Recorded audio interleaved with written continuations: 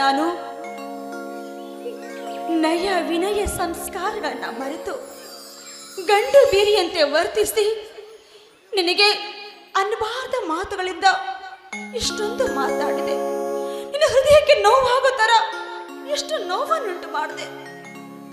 ಹಣ, ಅಧಿಕಾರ ಎಲ್ಲವೂ ನನ್ನ ಕೈವಶ ಇದೆ ಅಂತ ಅನ್ಕೊಂಡು ಹೆಣ್ಣಿಗಿರಬೇಕಾದ ಈ ನಯ ನಾಜುಕನ್ನೇ ಮರೆತು ನಿನಗೆ ಹೆಮ್ಮಾರಿ ತರ ಶಿಕ್ಷೆ ಕೊಟ್ಟು ಬಿಟ್ಟೆ. ಇದೇ ಕೈಗಳಿಂದ ನಿನ್ನ ದಂಡಿಸ್ಬಿಟ್ಟೆ.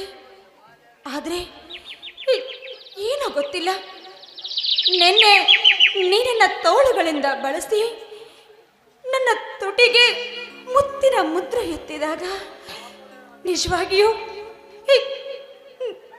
ನನಗಾಗ ಹೆಣ್ತನದ ಅರಿವಾಯಿತು. ನಾಗು, ನಿನ್ ಬಿಟ್ಟಿರೋಕೆ ನನ್ನ ಕೈಯಿಂದ ಸಾಧ್ಯ ಇಲ್ಲ. ನೀನು ಈ ದಾರಿಯಲ್ಲಿ ಬರ್ತೀಯ ಅಂತ ಅನ್ಕೊಂಡು ನಿನಗೋಸ್ಕರ ಇಲ್ಲೇ ಕಾಯ್ತಾ ಇರ್ತೀನಿ. ನೋಡೋಣ, ಇವತ್ತಿನ ಭೇಟಿಯಾಗಿ ನನ್ನ ಮನಸ್ಸಿನ ಭಾವನೆನ ಹೇಳಿ ಮಾತಾಡ್ಕೊಂಡೇ ಹೋಗ್ಬೇಕು ನಾನು. ನಾಗು, ಬಂದ್ಯಾ? ನಾಗು, ನೀನ್ ಯಾಕೆ ಇಲ್ಲಿಗೆ ಬಂದ? ಇಲ್ಲಿಗೆ ಯಾಕೆ ಬಂದೆ?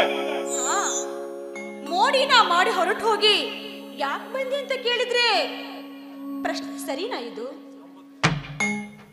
ಇಷ್ಟು ವರ್ಷಗಳ ಕಾಲ ಯಾರೊಬ್ಬ ಗಂಡಸರ ದೇಹ ಸ್ಪರ್ಶವಾಗದ ಈ ನನ್ನ ಮನ ಒಬ್ಬ ಗಂಡಸ್ತನದ ಗಂಡಸು ನನ್ನ ಮೈ ಮುಟ್ಟಿದಾಗ ಅದೆಂಥ ರೋಮಾಂಚನ, ಅದೆಂಥ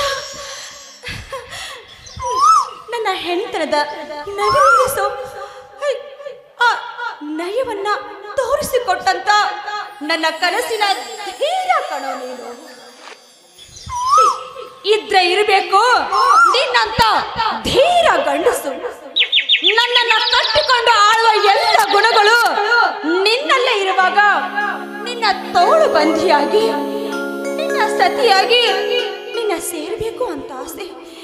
ನಾಗು, ನಾನೇನ್ ಬಿಟ್ಟಿರ್ಲಾರೆ ನಾಗು, ನಾನೇನ್ ಬಿಟ್ಟಿರ್ಲಾರೆ ನಾಗು.